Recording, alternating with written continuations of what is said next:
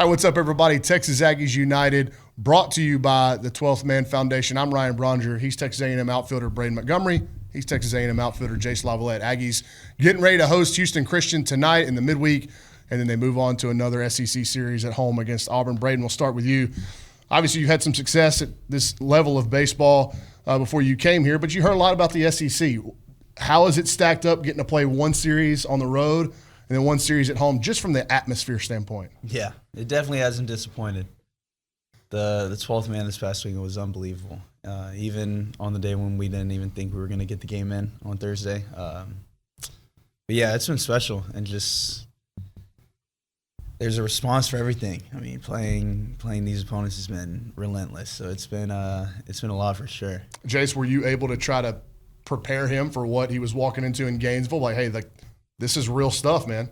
I'm going to be honest, I think he kind of prepares us too. I don't think that anybody really on the team prepares one another, because he's been playing this game in college for, two years now, and I think he kind of understands what you have to do to be prepared to go into a place like that and be prepared to have success in a place like that, most importantly. And, I feel like he prepares better than anybody I've ever seen, and he takes the game in a way that not many people take it. He doesn't really care about success and failure. It's more about just getting his best swing off in counts that he knows he can get his best swing off in, and kind of just doesn't really care about the result, just cares about more of his process. And if he thinks his process is off, then he's a little angry about just how can I get back into my process. And that's something that I try and kind of learn from him too, is just how can I make my process better. Well, I think a good highlight example of that was this past weekend.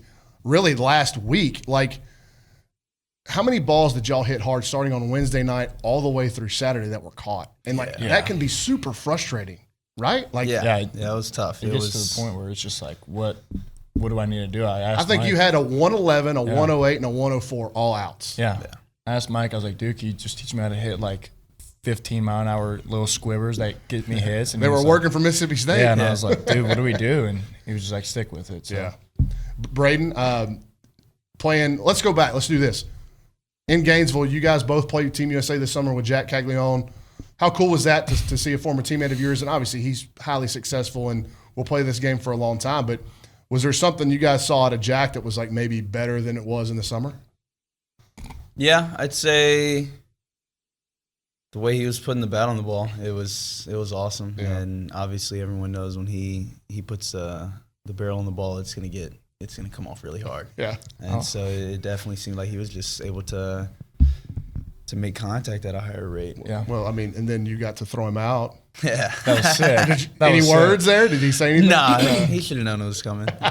Dude, I was saying that I think they need to put a net down that right field line for all those fans. Dude, he's hitting 125-mile-an-hour liners. Scary. And I was like, dude, somebody's actually going to get hurt. Well, you singled off of him in the finale. That's tough of a left-handed matchup as you're going to see. I texted him the night before. I was like, hey, remember what our deal was? I told him in the summer, I was like, because last year whenever we came, he gave me one fastball the whole game, and it was a ball. And I was like, hey, you have to give me one cookie, one fastball right down the middle. And he was like, all right, but all you can do is hit a single. Win-win for both of us. And then after the game, I was like, dude, I wanted to hit a homer. He was like, no, you won the single. Win-win. And I just started laughing. So it's fun. Yeah. Well, you guys obviously have been a key cog in this offense, but the guy hitting in front of you, I think you guys we knew what kind of talent Gavin Grahovic was, but now it seems like the rest of the SEC and the country is starting to figure out how special of a player he is. Braden, have you, in your time in college baseball, seen a guy acclimate himself so well to just the Rays competition? Honestly, not really. It's just ever since he's come in here, he's carried himself like he's not a freshman. Even the full beard doesn't make him look like a freshman. So ever since he's been in here, it's just been special to watch him go about his business and perform the way he does. And he transcends his years for sure.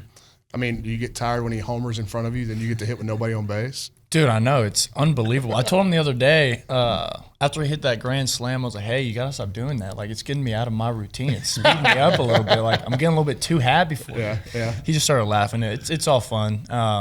Is it hard to hit with bubbles flying between you? I will say I've never had that problem until it might have been a game last week or something. I had a bubble fly right in front of my eyes, right before he was about to throw the pitch, and I just shut it down. I was like, whatever. Yeah, like I didn't really care. I was just like, oh, that's never happened before. It's funny. So I want to talk too about, and I asked Gavin about.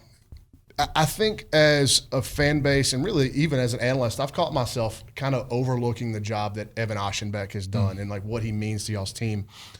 What kind of confidence? Like, first of all, Braden, what makes him such a tough at bat? What has made him so effective from your perspective when you're in the batter's box? Right. Yeah, he's just got good stuff. I mean, obviously, when people look, they'll be like, "Oh, the fastball's not a blazing fastball," but that changeup makes the fastball so much better, and it's just tough because you've got to be ready for the changeup because if you're not, you're done. And then as soon as you're on time for that, the fastball looks like it's 93, 95. So it's unbelievable, and just the confidence we have in him when he comes in the game is just like I can sit in the outfield knowing that everything's fine because Oschenbeck's in the game now. It's like he trots in, and it's like he's like the old just vet, grizzled vet, man. Like Jace, when you got guys that are throwing the ball as well as Evan has, and then Prager and Lampkin, like it just seems like the defense has played better as the pitching has gotten better. 100%. I mean, it's a lot easier to play defense and not necessarily get behind a guy because I feel like we're always behind our guys, but it's a lot easier to be kind of just into the game a lot more whenever you have a guy up there just pumping strikes, and then whenever they're just putting the ball in play. Or honestly, just if he's striking them out, it gets a little boring, but it's a lot more fun to see. It's like I'm just a fan out there. And but back to your topic on Evan, I mean, I kind of want to say like what makes him so effective is literally he can throw whatever he wants in any count, and it doesn't matter. He'll throw it for a strike. Like it does not matter. 3-0, here, I'll throw a changeup. And I've noticed that a lot more with Coach Max. Like he goes to sliders sometimes in 3-0 counts, and it's like a lot of people are going, well, why is he doing that? I love what he said. He goes, pitches don't have names, they have shapes, and you have to be able to throw the shape into the strike zone. Like that is just a complete mentality change. And you've been around Coach Max, like you understand, like that's a different perspective on pitching, right? Yeah, it's super different, and that's what makes our staff special. Just kind of how they've all prepared and gotten ready to compete in the game, and it's. As everyone's seen, it's been really special so far. Well, another really special performance over last weekend is you guys have been mainstays in the outfield, but then you insert Hayden Schott goes to the DH role, and you insert Caden Sorrell. It makes his fourth start, and the first ball of the game. It's baseball, right? Yeah. You're going to get tested as soon as you run him out there, and he makes a sensational over-the-shoulder play. I'll let you guys decide if you think Hayden gets to that ball or not. I actually asked him that. Yeah. No chance. But he does that, and it's like that calmed the whole ball. That was the Saturday against Mississippi State was the most important game y'all have played up to this point in the season, I think. And he starts it off that way, and it's like Lampkin just went, okay, I'm in total cruise control from that point on. How big do you think it was, Jace, for Caden's confidence to make that play early? I was actually thinking about it right before I came here. I don't even know why. I just thought about it. I was like, dang, like, he had a great day. Like he's going to get a lot more chances now, and who knows, he might be in the lineup today. I have no clue, but it seems like every single time that his number's called, he puts together a quality at bat, or he does something that you're like, okay, this guy's special. And I feel like we have a lot of freshmen that are like that, and a lot of people who don't necessarily get to play as much as they'd like to, but it's just whenever they get their name called, they're ready for the moment, and they're ready to do what they can do and do it as best they can. So it's just special to see, especially, I love Caden. I love how he plays the game, and so it's special to see him do really well, especially that catch over the bullpen. Yeah, that was really cool. Yeah, that was really sick. And then Braden, another guy that I don't think got talked enough about in the preseason, and maybe even still is not getting enough love, is a fellow switch hitter in Jackson Appel. Yeah. What do you like about – obviously he hits behind you, but just his processes and how he works. Yeah, it's crazy.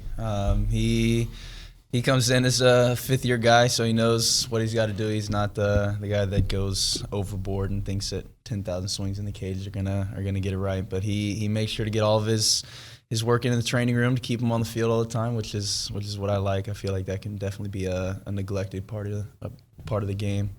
But just watching him on the field is crazy because I've never seen someone just get to 2-strike counts so quickly and then never strike out.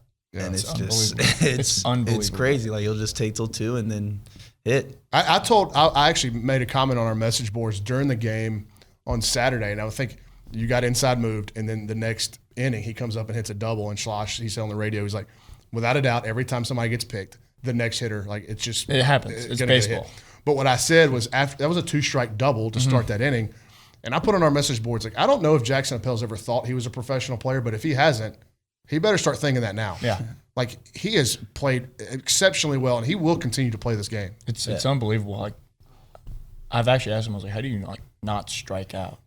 He told me whenever he came here, like one of the first time I met him, he was like, yeah. I was like, what's like your game? Like what's part of your game? He was like, I just won't strike out. Like I won't let it happen. And I was like, okay. And then now I'm like, okay, you're for real. Like this is insane. Well, I want to talk. Last thing, we'll get you guys out of here. I think I've been covering A&M baseball a long time. I've been to a lot of games at Olsen Field. I've seen some really great crowds. I've seen some really loud crowds. I don't know that I've ever seen. It seems like the fans this year, and Jace, you can maybe speak to this. They're like pulling y'all through some situations. It's like they are taking as much ownership of the wins and losses as y'all are. Yeah. Have you seen a difference in the fan interaction at Olsen Field this year? I actually have. Like I believe I think it's actually helped us win. Like as you said, I do believe it's helped us win some games this year that honestly, if they weren't there, I don't think we would have pulled out. Mm-hmm. I think that they have made a big difference, and I think that they're going to continue to make a big difference. And I don't even know how to put into words because as the person I am, no way I'm coming to every single baseball game if I'm just a fan watching. So they're very dedicated. It's amazing to watch. It's just amazing to be in the outfield like this past week and whenever we're starting the SEC Saturday game, right? And we have all the fans there sawing Varsity's horns off at the beginning of the game. It's an unbelievable thing to watch, and it gives me chills every time I see it. And so I just ask that they just keep coming out and supporting us, and we'll just try our best to keep doing what we're doing for them. Braden, Gavin sat there and said that whenever Schloss went out to take the ball from Lampkin on Saturday, like he said, like it was hard for me not to look up at the crowd as Justin was walking off and like feel the energy there. You have gotten your own little cheering section over there in right field, and I love how you interact with those guys. But just one of the reasons that you came here was because of the fan base and the interactions that you're going to have. Has it lived up to your expectations? Yeah, it's been unbelievable. I think I couldn't have even set expectations as high as they've produced. It's been unbelievable. Yeah. Section 12, having them out there every game and being able to talk to them and talk to them between innings, and then even the beer chuggers on the right side. It's been sick. And so I guess I didn't realize that it could even be like that in college baseball. It's been special. So I hope that it continues to be as awesome as it's been. Well, it's been so much fun to watch you guys. It's been so much fun to see how you interact as a team, and then watch you guys interact with the fan base. This has been as much fun as I've had covering an Aggie baseball team, I guess, since what have been Schloss's first year. But this has been a ton of fun, and we look forward to continue to covering you guys and watching you guys as these things are a dogfight. Every SEC weekend's a dogfight, and I say it so often. You don't know when the thing is going to change, but it could be like that. One pitch can make the difference, and so having the fan base on your side whenever you're going through that, I got to imagine has been really cool. Really, really cool. Awesome. But thank you guys for coming in. That's Jace LaViolette, Braden Montgomery, Aggies, and Houston Christian tonight. And then we head into Easter weekend with the Auburn Tigers coming in. That's the Texas Aggies United presented by the 12th Man Foundation on TexAgs.com. Thank you guys. This interview is sponsored by the 12th Man Foundation. The 12th Man Foundation is the official source for Texas A&M athletics tickets.